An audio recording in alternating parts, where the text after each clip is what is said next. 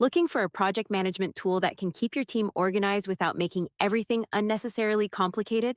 Asana is one of the biggest names in project management, but is it actually worth using in 2026? In this review, we'll look at its main features, pricing, AI tools, pros, cons, and who Asana is really designed for. Let's start with what Asana does. Asana is a work management platform where teams can organize projects, assign tasks, set deadlines, track progress, and collaborate in one place. You can create projects and view them as a list, board, calendar, timeline, or Gantt chart.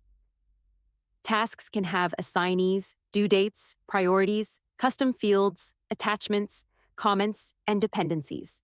This makes Asana useful for everything from content calendars and marketing campaigns to software development and larger business projects. One of its biggest strengths is flexibility. You can create custom workflows, forms, rules, templates, and automations without having to build everything from scratch. Forms are particularly useful for collecting requests from your team and automatically turning them into tasks inside a project. Asana also has more than 100 integrations, including tools such as Slack, Google Drive, Gmail, Zoom, and Microsoft Teams. Now let's talk about AI. Asana has built AI directly into the platform. Its AI features can help create tasks, summarize project activity, improve task descriptions, identify risks, generate status updates, and organize information using smart fields.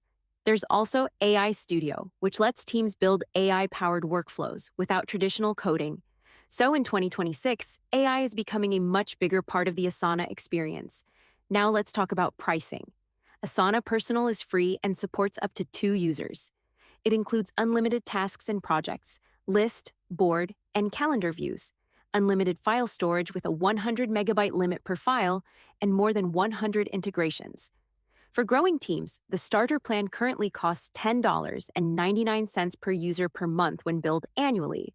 It adds features such as timeline and Gantt views, forms, custom fields, unlimited automations, reporting dashboards, custom templates, and AI features.